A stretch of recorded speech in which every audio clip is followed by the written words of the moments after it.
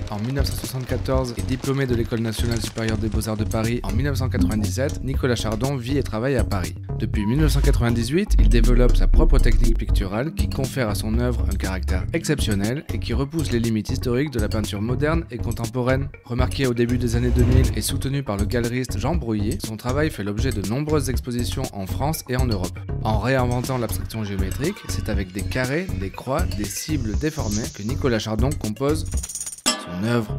Pour créer ses toiles, Nicolas Chardon commence par clouer des tissus triviaux et quadrillés, tels que des madras ou des Vichy, sur des châssis en bois.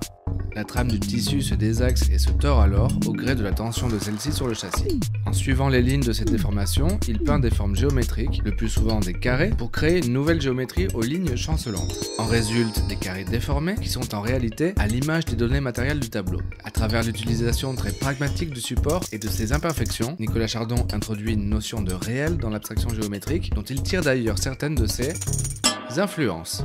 Le travail de Nicolas Chardon emprunte en effet aux pionniers de l'abstraction géométrique tels que Piet Mondrian ou Kazimir Malevich. Mais son influence principale est issue du spectacle vivant, plus précisément d'un ballet de Mersküningam titré Scénario, et notamment des costumes de la styliste Rei Kawakubo, dont les motifs géométriques se déforment avec les mouvements des danseurs. Toujours à l'affût de l'avant-garde et sensible à la création, le Bon Marché Rive Gauche a débuté en 1989 une collection d'art contemporain. Il s'intéresse aux travaux de Nicolas Chardon et acquiert en 2016 une de ses œuvres, Carré noir et blanc 1009A.